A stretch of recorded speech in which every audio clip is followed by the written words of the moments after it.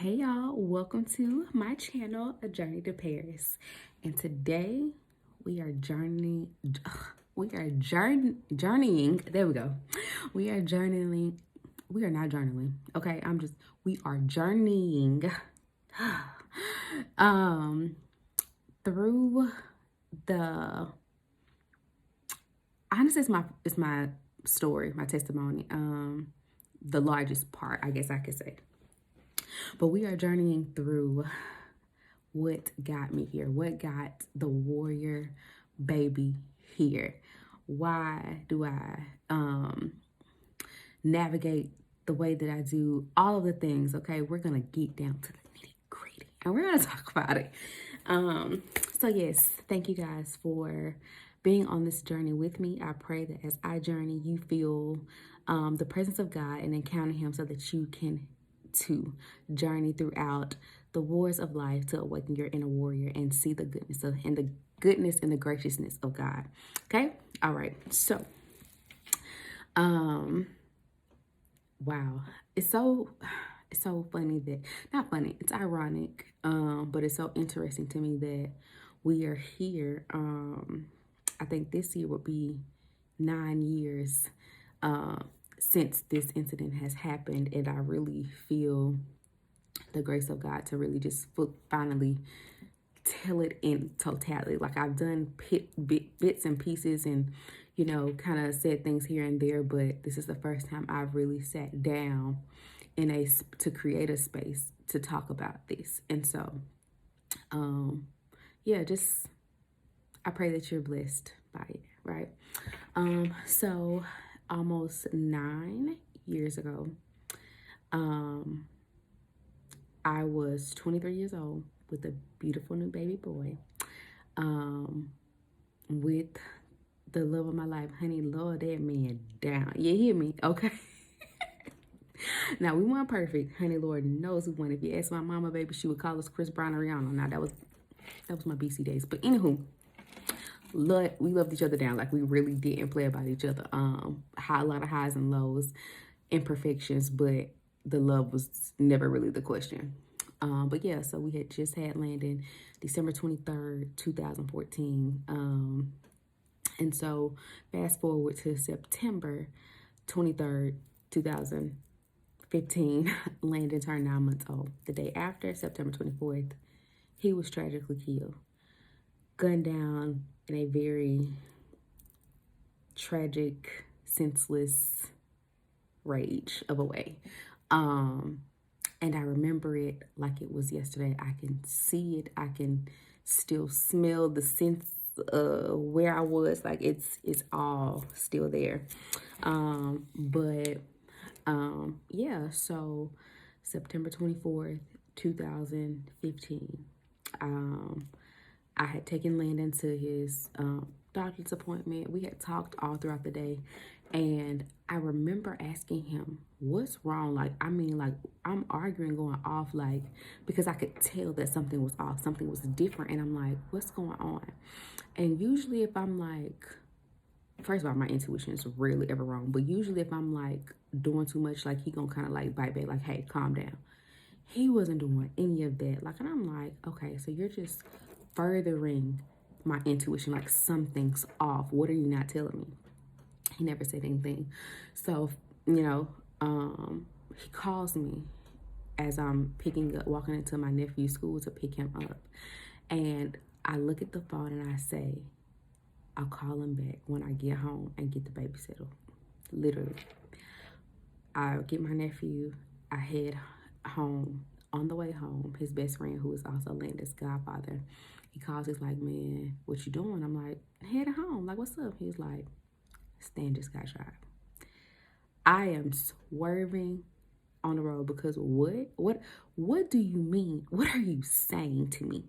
He was like, you need to leave Landon with your sister. You need to get to Florida, because he was in Florida working, doing landscape at the time. And I was in Birmingham because I was still also commuting to finish my degree at Bama, the University of Alabama. And I'll never forget, like, I'm swerving, I'm like losing out, and I'm like, how bad is it? Like, what's going on? And I'm like, okay, I'm headed home. I'll call you back. I'm not even packing that thing. I'm on the way, like whatever. And I'll never forget like crying, trying to wipe my eyes to get us there safely so I can get there. And I kid you not, I'm literally telling God, mind you, fact, if we just pause right here, the week before this, I had started getting like my relationship, renewed my relationship with God. I had just gotten off of a fast, like I am, feel like I'm on the right track. Okay, now we press and play about this day. So I'm talking to God and I'm like, worst case scenario, he paralyzed.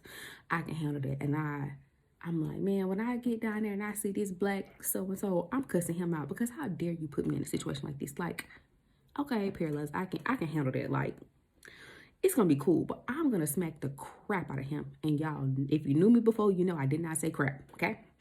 I'm like, I'm spazzing, because why would you do this? What's going on? I need answers. And I'm like, this why you was tripping all day? Like, I knew something was wrong. I knew something was wrong. I kid y'all not, the next phone call I got was, it's bad, it's bad, it's bad. So I'm like, it's not bad, it's not bad. It's not bad, right? And so because his best friend, he called, he's like, are you getting ready to go? And I'm like, yeah. Y'all, it's not. It's barely 30 minutes later. I'm at my apartment complex, and I'm literally outside of one of my best friends, Jessica's apartment, and I'm trying to get the stuff out of the car. I'm telling her what's happened. Like, I gotta go. Y'all, I'm on the phone. His mom and his sister's calling. They're like, hey, what you doing? Where the baby at? I'm like, I'm on my way I'm on my way down there, like, let me talk to him. And they're like, no, can't let you do that. And I'm like, no, I need to talk to him. I need to tell him I love him. I need to, y'all, I remember like it was yesterday, like, and I'm like, I need to talk to him. I need to tell him I love him. And then I'm cussing him out because what the is happening? Like, literally, what the hell? And his mama couldn't finish talking to me. And sister gets the phone, and I said, put him on the phone. I need to talk to him. I said, put him on the phone. They're like, Paris, we can't. I said, put him on the phone. And the next words I hear is, he's gone. What? Whew. I'm outside on concrete, and I fall to my knees. Forget the baby, forget all of it. Because what are you saying to me? What do you mean he's gone? In 30 minutes, before I can get halfway there, before I can utter a word to tell this person, I love you. Like, he's gone. Like, this was not my end result. This was not my worst case scenario. That thought never crossed my mind. Now, again, we weren't perfect, but what life without? I have this whole human in my backseat that looks a mirror image of you, and you're not here.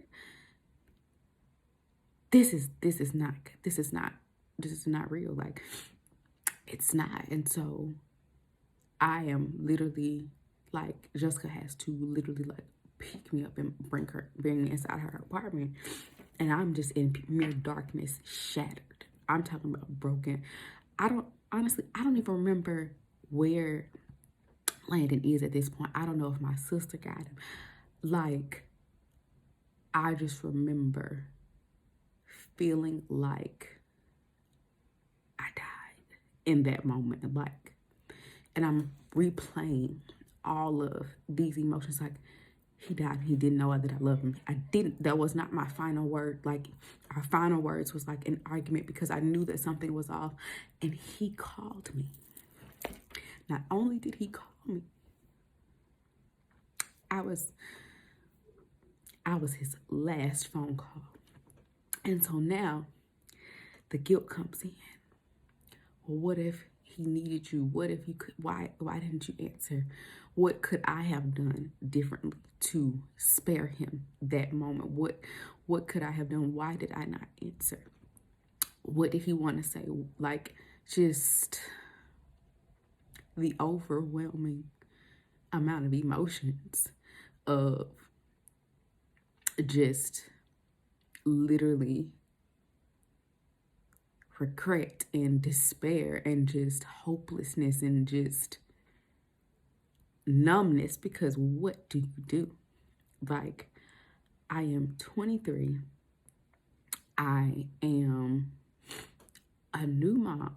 I am still trying to complete my undergraduate degree. Like, I'm working. It's so many things. Not to mention, when I had landed, the labor was, it was normal, 16 hours in delivery, but it was fine. He was healthy. But the afterwards, like, I almost died. I had to have like 3 blood transfusions. So that was, I had to take a semester off to, really get myself back up. Like, I'm just like, there is no way that there is a God, because why would he do this?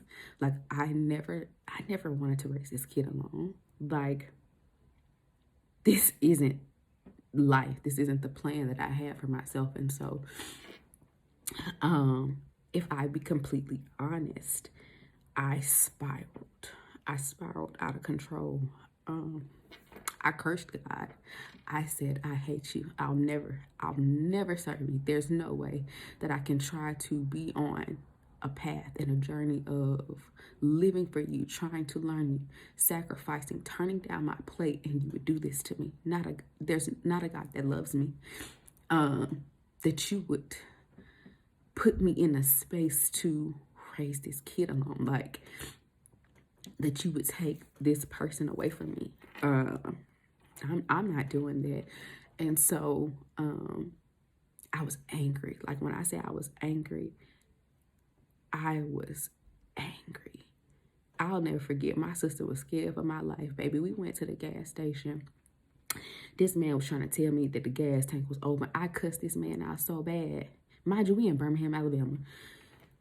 Sis, she was like, people will shoot you. Like, you gotta stop. Like, I don't even think you should leave the house. Like, I talked to this man so bad before he even could tell me it was about the gas tank. And God bless that man. Because he even waited till after I straight dogged him. Like, Noah, to say, I was just trying to tell you about your gas tank, ma'am. Like, I was angry. I turned to drugs and alcohol, like, so bad. Like, I'm talking about, I would buy, God, I thank God. You hear me? Because there are very few people that know, but my God. This is why I can serve the Lord. This is why I can say what I say with confidence and boldness, because, baby, I've been low. It might look like I grew up in church and that I am just skilled in the spirit. I feel like that's what people think, like I was just born this way. But, baby, I have been to the lowest of lows. You hear me? Like, literally. But I would buy probably a liter of Sprite a week. Now, if you don't know, if you super saved, sanctified, tongue talking, Holy Ghost feel, you might not know what I mean by Sprite, but, baby, I was making it dirty. Okay? Codeine drinking. Literally a liter a week. Do you know, like, who's drinking that much lean? Like, how numb do you want to be that much lean? Sweetie, you're killing yourself. But yeah, I was so angry and hurt. Like, I just did not know, because, again, I had spent pretty much a decade with him. I've been with this man since I was 13. So much of my identity had become wrapped inside of this person, and even the parts of me that was not, he was a person who knew that, like, I would always tell everybody, like, I could text this man 3 dots in the middle of the night. He would know what that meant. You know what I'm saying? Like, that's how we were. And so I'm just broken. Like, I don't know which way to go. I am drinking lean. I'm smoking weed. I'm talking about, baby, roll up queen. I'm popping pills. Stuff I like. Now, mind you, I had dabbled before in my collegiate experience with certain things, but like pills and lean, like, no, like, not at all. But it was bad. Like, I would not function without any type of substances. Like, I had to have something, like Black and Miles, but like, whoo, baby, I'm talking about, it would be 10 o'clock in the morning. I'm drunk, like, and I was not trying to go to therapy. I was not trying to see nobody. It got so bad that not only did my job, Lord bless Ashley, because I was working at Massage Envy at the time. Bless her, because she blessed me during this time, you know, like, I'm talking about, I was so, like, it was so bad. She was like, Paris, I need you to take like a leave of absence. Like, you can't come to work unless you're medicated. Not enforcing those drugs, but like, because at the time, the school basically was like, sweetie, you're not going to graduate. We're going to hold this piece of paper. You have to, like, I had mandated counseling with a psychiatrist and with a therapist that I had to go to. In order, or else them people was not releasing nothing. Like, I was not going to graduate. And the first couple of sessions, I just sat down. I was like, I'm just here because I gotta be. Call me Marshawn Lynch. I'm just here so I don't get fined. I'm just here so these folks give me my diploma. Like, I am checked out. And so I went through, honestly, I think 3.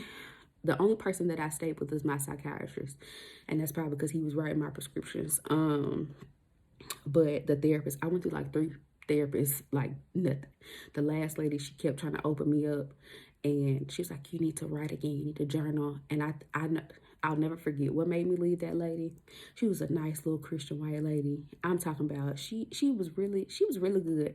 That lady said, "Ma'am, I need you to pick up your pen and I need you to write, and you're gonna have to write him a letter." As well. I said, "Oh, nope, you're not it." Like, I'm talking about, I walked out that lady's office and I never went back. Never went back. And so, yeah, like, Alabama wasn't playing with me, and neither was my job. And I'm like, well, I got a human I have to take care of, so I need to do that. But so that's when the antidepressants came in, and they helped. It was mood stabilizers, because I'm telling you, like, if I was not medicated, I don't want to say a raging demon, but baby, the demons was flaring up. It was a manifestation. But I literally, it was just that bad. It was just that dark, I should say. It was just that dark for me. I didn't see any light. And a lot of people also feel like you can only have postpartum depression, I think, up to 6 months after the baby, but you can actually have postpartum depression, I think, up until a year after you give birth. And if you saw my son and you saw his daddy, I'm gonna have to insert a picture on this video some type of way. The man is just a light-skinned version of this man, okay? Even at this age.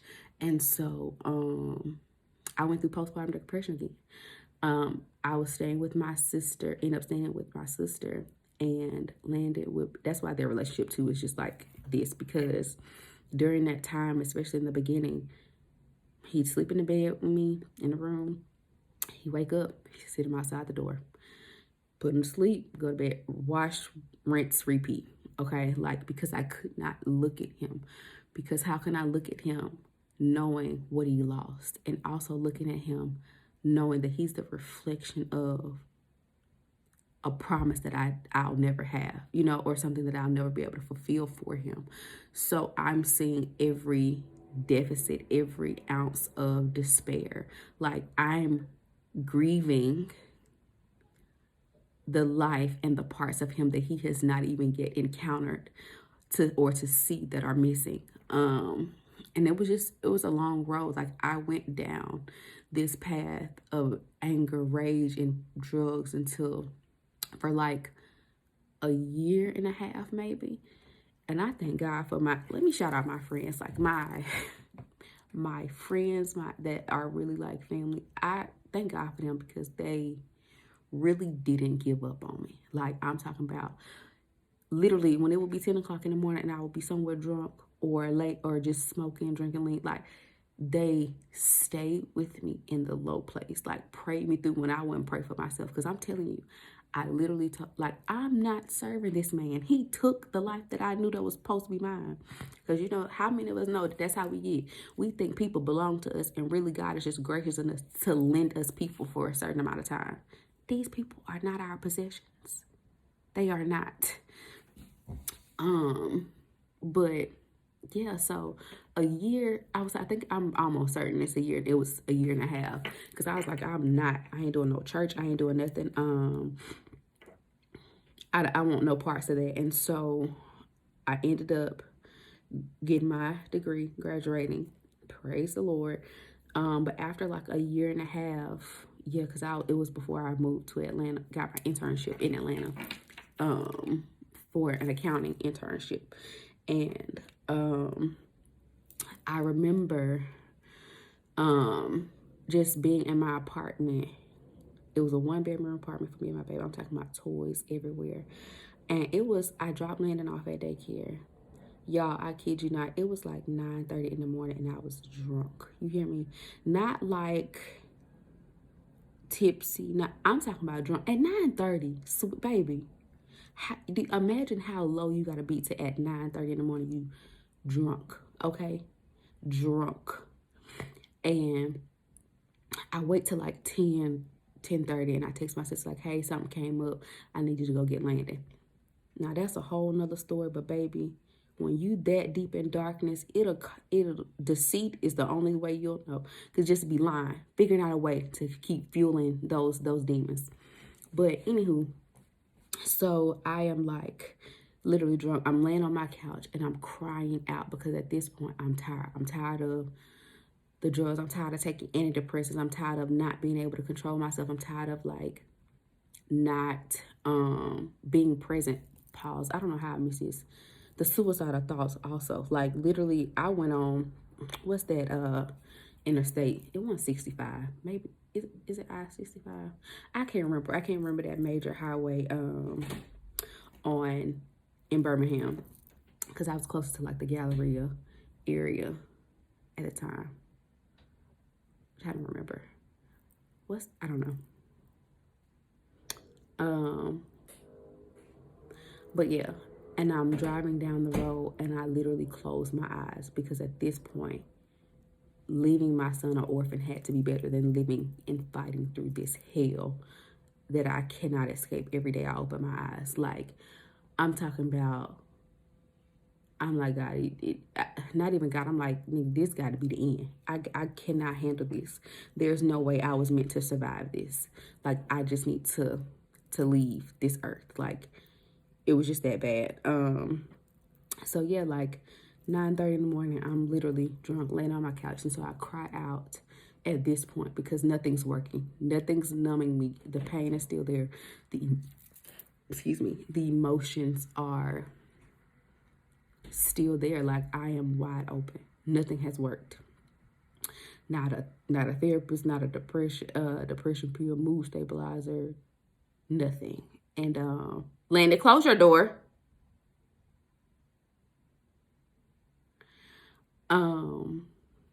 None of it's working. And so I'll never forget. I'm like, okay, I have nothing left. I'll try you again.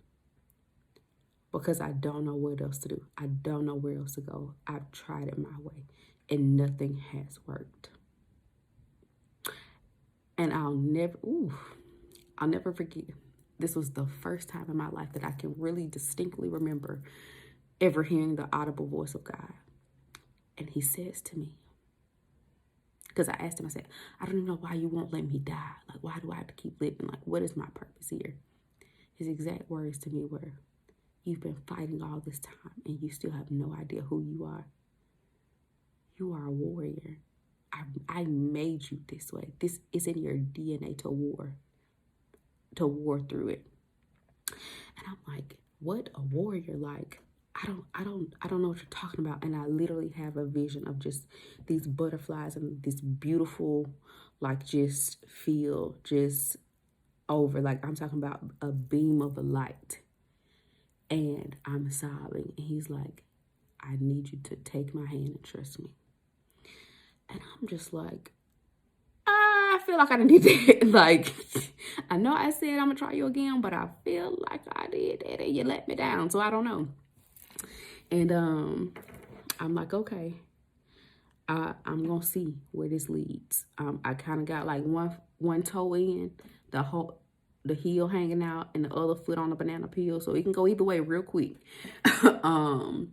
And so I just cried out to God, like literally that entire day until I think like maybe like that weekend or like the next week. One of my best guy friends, Trey, his wife, invited me to Madness Behind the Mascara. PMJ will host in Birmingham. And I was like, I don't know what y'all trying to do, but I ain't with it. Baby, I went to that conference and the Lord met me there, okay? I'm talking about met me there. I'll never forget, that was my first time experiencing Latrice Ryan in person. And baby, that lady started telling her story and the Spirit of God was flowing. And I said, all right, I'm going to try you for real this time. I'm going to try you for real and we gonna see. And so I just began to just really cry out to God and petition to him, like, who is this person? What does a warrior look like? What is going on? And even before the warrior movement, literally, I was like, God was like, you're not the only person that's looking for that purpose. Y'all, again, I was in a 1-bedroom apartment with a toddler, Landon, at this point, because it's like a year and a half. I moved to Atlanta in 2017. So yeah, he's at least, yeah, he's 2. Yeah, he's like almost 2. And I'm talking about toys everywhere, small. It's a small apartment. And I literally started hosting Powerfully Purposed. Like, that's what we used to call it. It was meetups. In my mind, it was going to start off as just like a purpose party. Hey, we finna sit here, draw on these poster boards and just, have a vision. Baby, these started turning to me basically a small group. Baby, I'm printing out lessons. We in groups. We is interceding. At the time, I'm not even knowing that, but that's how we get here. Like, all of those moments built up to this. But that is single-handedly the experience that catapulted me to be able to firmly stand in this place. Like, his death unearthed so much about my life that I had not touched, that I had not uncovered. And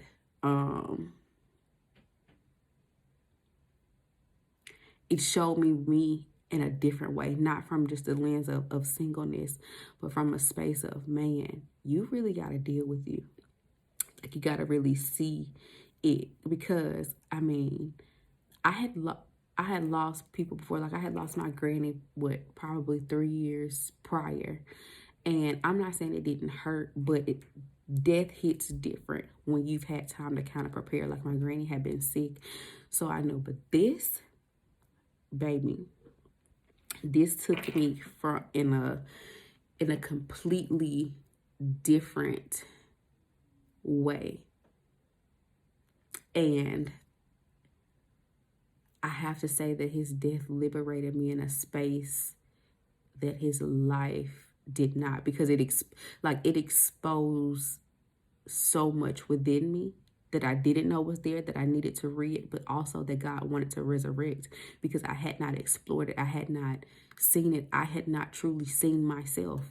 And just being in that, sitting in a seat that you thought that you would never occupy, is just a different level of hurt. And to have to be a single parent by force is not something that people just desire, you know. Of course life happens, but man, it was hard. And when I tell you, just the level, I remember the level of rage and anger.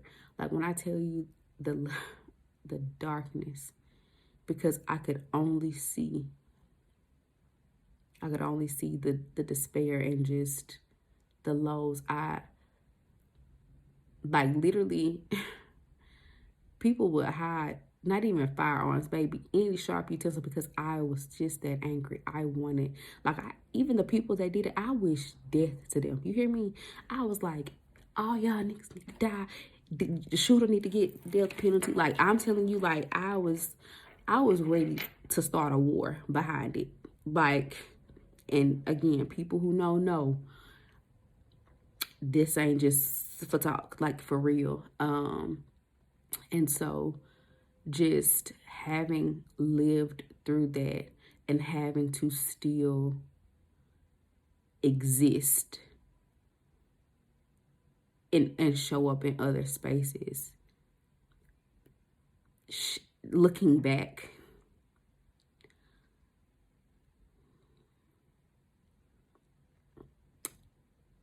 I see the resiliency. That was when God showed me that it happened to me, but he'll work anything for me. And I'll never forget my best friend, Trey. He sat at my table, and I'm talking about literally, I was out of it, and I didn't want to hear it. And he prayed for me. He said, P, God's going to get the glory out of this. You don't want to hear it, and you may not believe it. But I need you to just keep choosing to wake up. Just keep choosing to wake up. My friend Shantae, I would be so irritated by her and like Faith, like, like they would just call and just want to pray. Baby, I don't want to pray. I don't want to talk, but I'm just grateful that even in the smallest of things, when I didn't want to receive him, he still received me. That I was staffed with people who could carry me when I didn't even want to open my eyes. Because to be here today with my now 9-year-old son, as he navigates through the realm of grief, of healing, and learning about vengeance being God's, and revenge and wrath and anger, trying to direct that. And, you know, his father wound is just a testament of God's grace, because I didn't get here overnight. My story is not glitz and glam and that I've always known God. I haven't. God met me in the lowest place of my life, drunk on a couch. After when I called this man everything but who he was, I literally cursed him. I vowed to never serve him because, again, I took ownership for something that was never mine. Like, this person was never meant to be mine, and I don't get to play God and choose when he calls people home.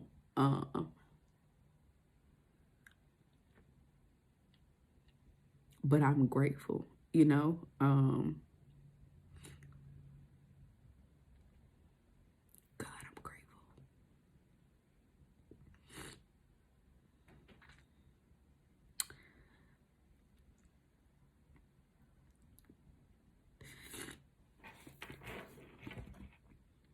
I'm grateful because I didn't end it all. I was not successful, but heaven was. Heaven was. And my survival was not a punishment. Though many days it felt like it. My son was not a mistake. And as I continue to commune with him, you know, again down the line with these powerful purpose gatherings, it was in those spaces I was able to just see that even though he left this earth in a heinous way, and a early life, his last deposit in the earth was great, because he didn't leave this earth without planting a seed. And that was my child. Like, God knew. Like, God knew.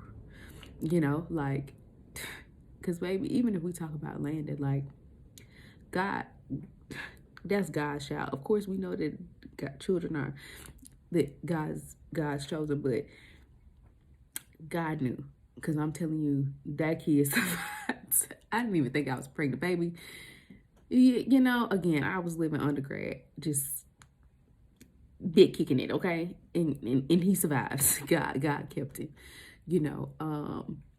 But man, his father didn't die without a deposit on this side.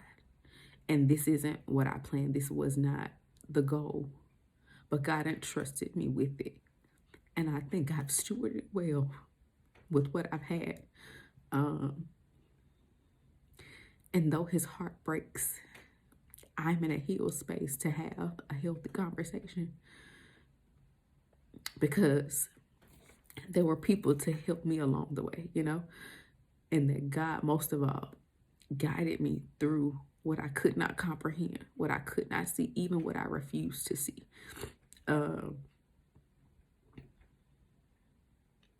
So I just want to encourage somebody that it gets better. And I know what it looks like to want to end it all. But just because they died, it's not an excuse for you not to live. And God is going to show you why the grave could not have you. Because there is so much on the inside of you.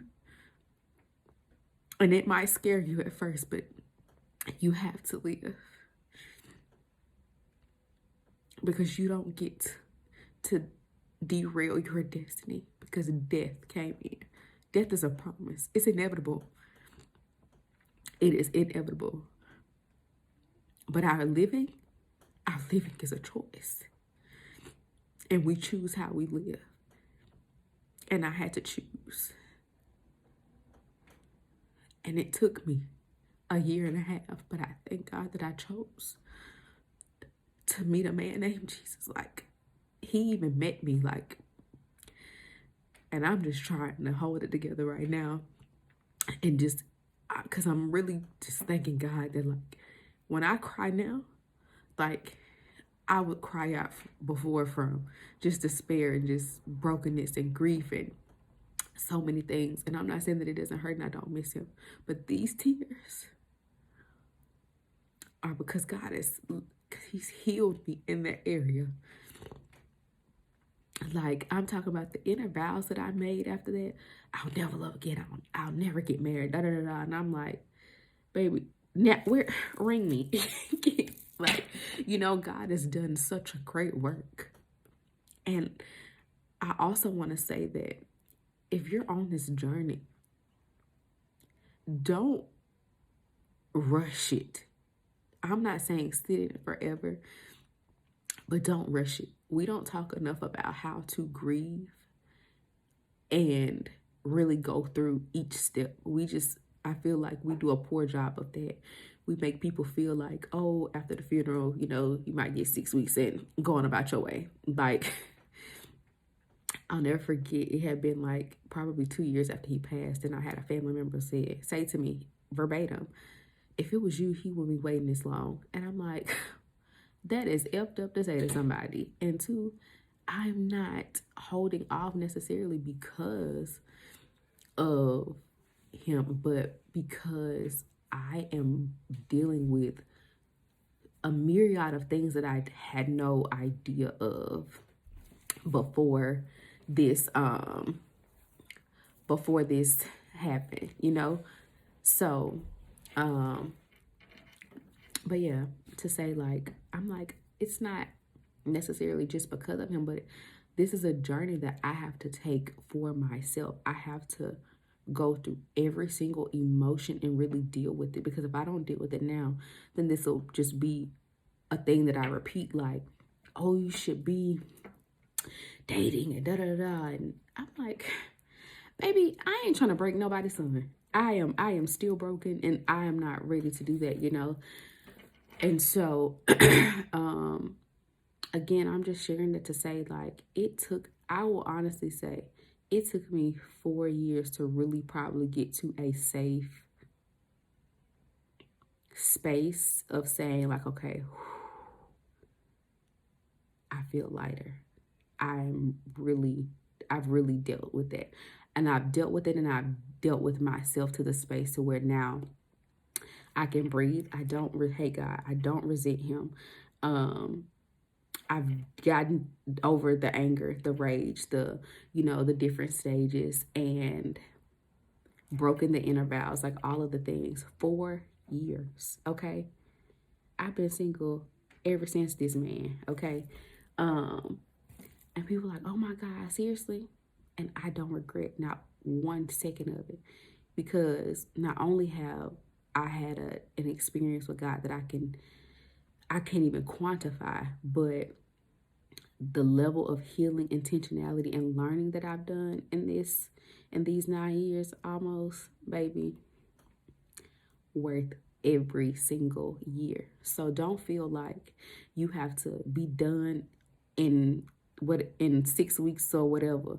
Like, really take your time to go through each phase of it and to feel it. Don't build a house there, but to feel it. Because grief is not linear. It's really not. It is different for every person in situation. So yeah, it's a challenge, but